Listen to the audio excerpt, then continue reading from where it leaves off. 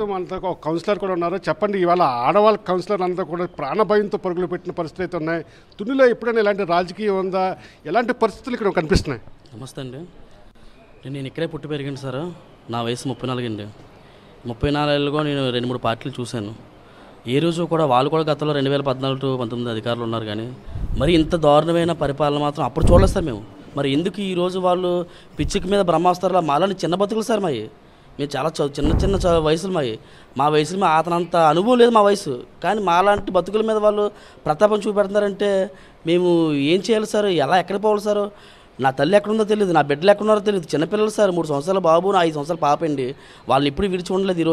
ఈరోజు మేము ఇక్కడికి వచ్చి దాక్కోవాల్సిన పరిస్థితి ఎందుకు వచ్చింది సార్? మేము వాళ్ళు ఎంతలా మమ్మల్ని ప్రాణభయం చేస్తున్నారంటే మా వైఫ్లకి ఫోన్ చేస్తున్నారు, మా కుటుంబ సభ్యుల దగ్గరికి వెళ్తున్నారు, ప్రాణభయం పెడుతున్నారు, కేసులు పెడతామని అంటున్నారు, బెదిరిస్తున్నారు. ఇంత దారుణమైన పరిస్థితుల్లో మేము ఉన్నామంటే ఏ రోజు కూడా మేము ఇలా చూడలేదు సార్ మీరు. ఎందుకంటే వాళ్ళ యొక్క రాజకీయ చతురత ఎంత ఏమైందో తెలియదు. ఆయన మనం విమర్శించే స్థాయి నాకు లేదు, కానీ ఈరోజు నేను గట్టిగా పంతాబెట్టి నేను చెప్తున్నా ఏంటంటే ఆయన అనుభవం అంత వయసు లేనో నాలాంటి వాళ్ళ చేత కూడా అనిపించుకున్నారంటే మరి ఎలాంటి పరిస్థితులు ఉన్నాం సార్ మేము ఇప్పుడు? ఈరోజు పరిగెట్టాం సార్. పెద్ద ఆడవాళ్ళు పడిపోయారు, ముసలి వాళ్ళు పడిపోయారు. మా ఈ బారికేడ్ల దగ్గర పోలీసులు మనం వెళ్తుంటే వాళ్ళు సైకిల్ చేస్తున్నారు, వాళ్ళు సైకిల్ చేసి పట్టుకుంటారా అంటున్నారు. ఒరే పలానా కౌన్సిల్ వచ్చి లాగినరా అంటున్నారు. ఏడు సార్ ఇది? ఇప్పుడు మేము ముర్రు అంటున్నాం కదా. ఇప్పుడు మాలో ఎవరికైనా ఆసక్తి కలిగి మేము వెళ్తాం అన్నప్పుడు ఆశపడినప్పుడు తప్పలేదు. మేము వెళ్ళము అని చెప్తున్నాము, కరాఖండిగా చెప్పేస్తున్నాము. ఇప్పుడు వాళ్ళు వైస్ చైర్మన్ అవసరం లేదు సార్. అధికారం వాళ్ళది, అధికారులు వాళ్ళు ఉన్నప్పుడు మాతో పని సార్.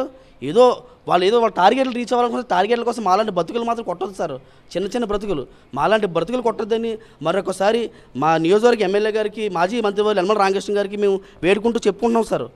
మీకు చెప్పండి, కౌన్సిలర్కి ఎలాంటి బెదిరింపులు వస్తున్నాయి? పోలీసులే వార్నింగ్ ఇస్తున్నారంట, మీ మీద కేసులు పెడతామని. ఎలాంటి పరిస్థితుల్లో ఉన్నాయి?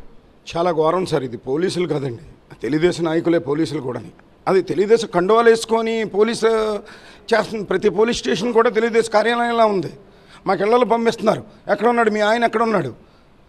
ఎందుకంటే మేము భయపడేదైతే మేము ఎప్పుడు భయపడం. మేము ఎప్పుడో అమ్ముడుపోండి అంటున్నారు మమ్మల్ని అందరినీ.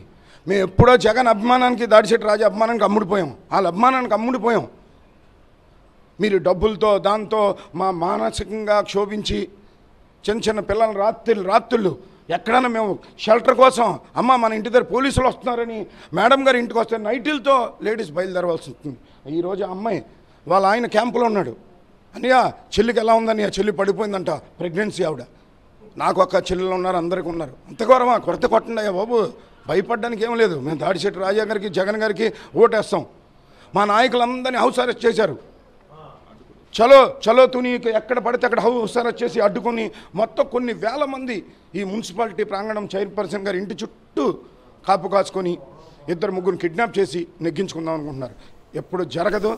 జగనన్న, దాడిశెట్టి రాజన్న, మా గురువు గారు కృష్ణ గారు ఉన్నంతకాలం కూడా మేము అలాగే ఉంటాం.